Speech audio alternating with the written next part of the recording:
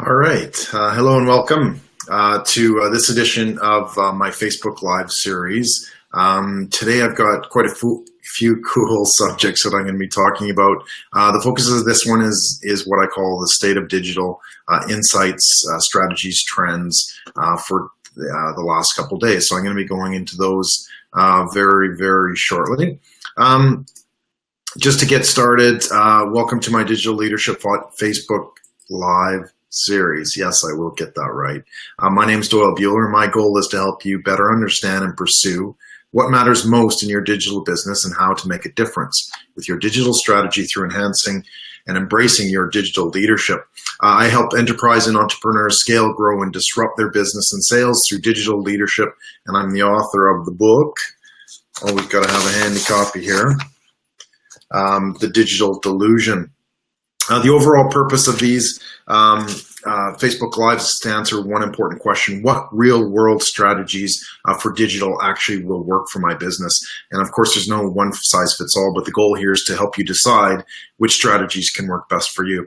In today's show, I'm talking about the state of digital, where you'll find out the most significant frontline trends, insights, and strategies for a successful digital business. And what I'm going to talk about today specifically is some of the shifting demographics of social media, what happens when two titans, massive titans, team up in the digital space. And no, I'm not talking about Amazon, and what CEOs are looking about, or rather thinking about, trust in the online space.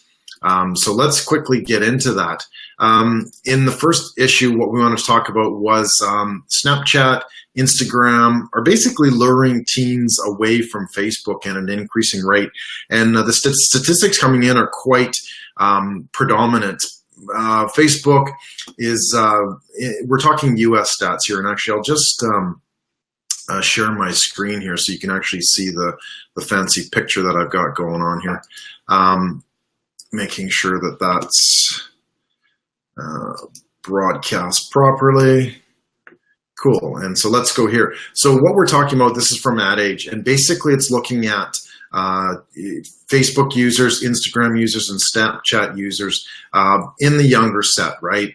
0 to 11, 12 to 17, and 18 to 24. And why is this important? Well, if you're specifically dealing with that market, with that specific demographic, then this is something that you need to know. So, and the opposing ideas are also true, is that if you're dealing with the other side of the market, the older than 24, there's actually some cool things that you can go through and do. So I'll be showing to you that as well. So basically what they're saying is that teens and tweens and teens are bailing from Facebook.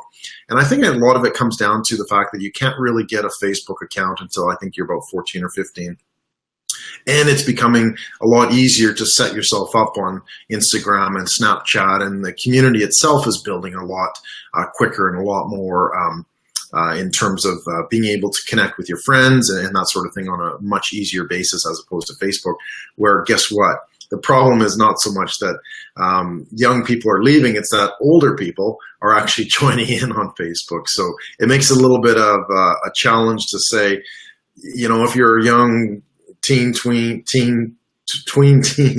and into your 20s, do you want to have, you know, every aunt and uncle watching you as you kind of go through life, or your parents, or whatever the case may be? So it comes down to that too, is that Facebook has been shifting their demographics as well to the older set. And again, this is older than 24. So for some people, that's not too old. But anyway, so Facebook has been shifting as well, and that's being picked up by Snapchat and Instagram as well. So it's actually a very, very interesting statistic. So look, if you're using social media specifically for that market, for the younger age, 0 to 11, 12 to 17, and again, this is where you kind of have to look at sort of the marketing aspects, and 18 to 24 rather. First off, can you market to that group? So be very, very clear about that. You can't just market to the younger audience. You have to have buy-in from parents and that sort of thing. But the fact is that if you are focused on that group as your market, look at how you can actually explore those relationships with Instagram, with Snapchat, because guess what? Facebook is not necessarily going to be the best platform for you for that type of market. So yes, there still are obviously people on there, but it's not growing as significant as compared to Instagram and Snapchat as well. So keep that. Take a look at, what is the overall growth of your business? Is that a primary market for you? And if it is, then look at how do you actually put those pieces in place to be able to market more directly to the younger generation in terms of how are you enabling their social media, how are you enabling their Snapchat and their Instagram. So it's a great place to be able to have that discussion as well. Is guess what? They're not all on Facebook. They are moving. There is a migration. Will it continue? Nobody really knows. I mean, here's a theoretical status, and this is again for you, United States, not for any other place in the world. So the growth is definitely dragging in the next 5-6 years type thing. So keep that in mind as you build out your strategy. Who are you going to be looking at, and where are they going to be in that time frame as well? So it's time to start to think about that.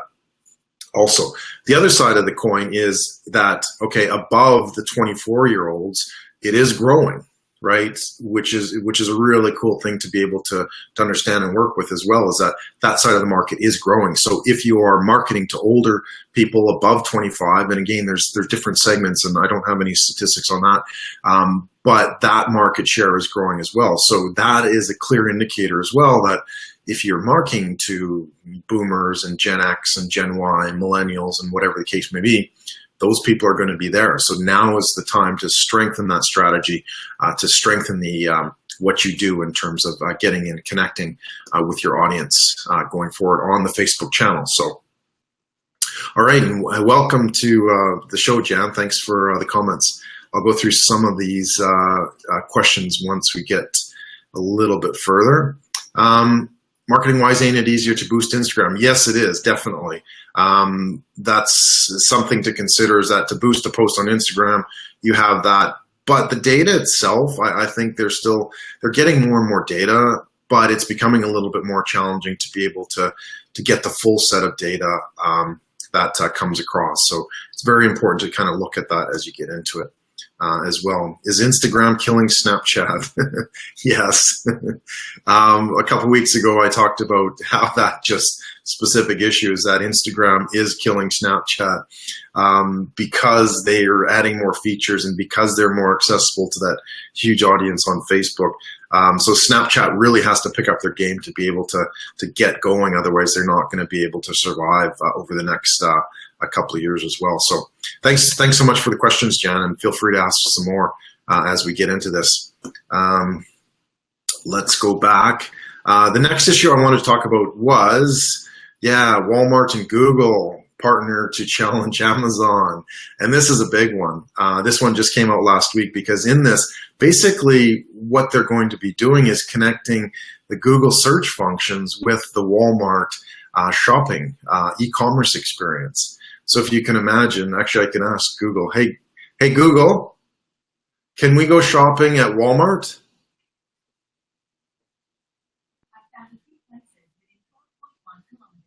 Oh.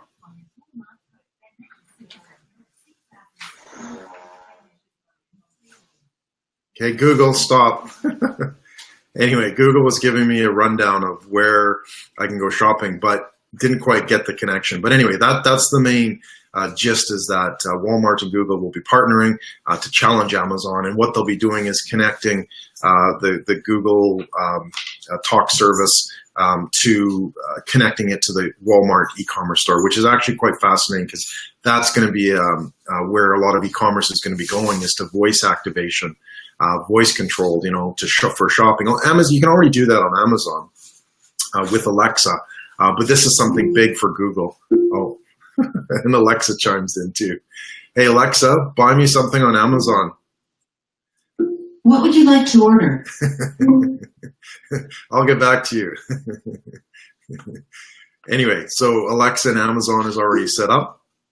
I can only make purchases for Amazon Prime members. Oh, okay. By joining Prime, you can shop with me, get exclusive deals, listen to millions of songs, receive free shipping, and more. Would you like to hear more about my special Prime offer? No thanks, Alexa. No problem. Voice ordering and my deals are exclusively available for Prime members. Would you like me to add back to Doyle's Amazon cart instead? Alexa, stop, please. I'll interview you later. Cool. So anyway, that's kind of what's happening, is that we'll get Alexa to buy on Amazon, and Google will be working with Walmart, which is actually kind of cool. So that kind of lends to the fact that, okay, well, what's going to happen with, Google search and that sort of thing. So you can see, and this is actually a topic I'm going to be talking about next week, is how Google voice-activated search is going to be taking the place of sort of that traditional typing search very, very soon. So keep that in mind as we get into that coming up as well. So fascinating study. E-commerce giant Walmart and SEO giant Google are going to be coming to an e-commerce store near you. So get ready for that one. And the last thing that I wanted to talk about was what CEOs are thinking about digital trust. And if you know a lot about, let me just get rid of the screen share for that. Yeah, Jen, Walmart are titans, at least in my mind. So anyway, let's go back to talk about CEOs. And this article from PricewaterhouseCoopers, PwC, is basically saying that 69% of CEOs say it's harder for businesses to sustain trust. And this is specific to the digital age as well. It's not just trust in general, it's trust all along everything that's being done.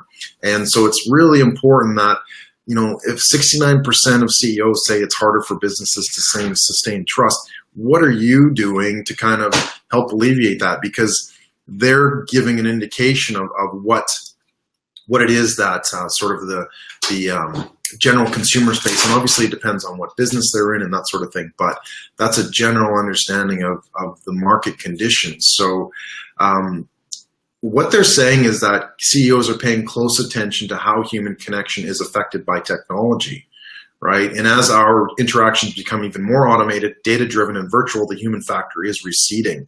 And that's where the trust factor comes in. And as I said, 69% of CEOs are convinced that it's harder to gain and retain people's trust in an increasingly digitized and connected world. There's three things that you really need to consider. There's the know, like, and trust triangle, and I'll post the picture as part of the notes that I'll publish later after this episode is over. But know, like, trust, right? If you're able to, this is when people will do business with you. So if they know you, they like you, and they trust you, that's really important. How do you get that trust? Well, you have to show people, you have to connect with people, you have to talk with people, you have to, do things like training and education and videos and that sort of thing. So they know who you are. And it's really important that despite the technology, we kind of still have to go back and say, how do we actually utilize this technology? How do we actually make it work? How do we actually put those pieces in place so that more people can trust us? More people trust us by understanding us and listening to us and spending some time with us. So don't over automate, don't over technologicamize, make it easy, but keep that human connection in place. And that was actually a topic of one of my podcasts on Breaking.Digital podcast with Mark Schaefer, where we talked specifically about adding more humanity into digital and how important it actually is for people. And this is sort of one of those pieces that says, okay, yeah, it still is really, really important. You still have to have that human connection in digital. Otherwise, you're not going to have that trust, and then people are not going to find you as sort of a viable provider or product sales or whatever the case may be. So, and social selling 101. Yeah. Thanks, Jan. Thanks for all your enthusiasm and all your questions. Yeah, let's see. Apple out of the equation totally from this market. Pretty much, yeah. I mean, they have Siri. We're going back to sort of the e-commerce side of things. And yeah, there is Siri, but Apple hasn't really done much. I think they are launching a digital voice assistant coming up very, very soon, perhaps in the next couple of months. But they're behind the game, and which is actually really surprising because they used to be ahead of the game. And this, to me, they had the voice technology from several years ago. I mean, yeah, it needed some help, but it was still kind of doing its thing with Siri several years ago. And but they kind of missed the mark. Like they didn't actually integrate that into the home, which again, that's what Apple has always been about. So it's an interesting aspect of how to do that. And yeah, the comment about social selling 101. Yeah, know, like, trust. Yeah, that is social selling itself. So 69%, like I said, of CEOs are saying that, hey, you need to do more social side of selling, otherwise people aren't going to buy from you. So, all right, cool. So that wraps this episode up. Thank you very much for watching. As I mentioned, there are 3 core categories that we go through as part of these Digital Leadership Facebook Live events. The first one is the State of Digital, where I talk about specific ideas and insights happening right now, how they affect your business and what you can do about it. Digital Leadership guests, those come in on Wednesdays, where I interview an expert in the field and discuss their strategies for success. And then the last one on Fridays is Digital Discovery, Strategy and Marketing Q&A, where I review tools, answer questions, or talk about specific challenges that affect and may be holding you back as well. So if you enjoyed this program, please like it, share it, add a comment, you name it, reshare it, you know it. And thank you very much, and we'll see you online.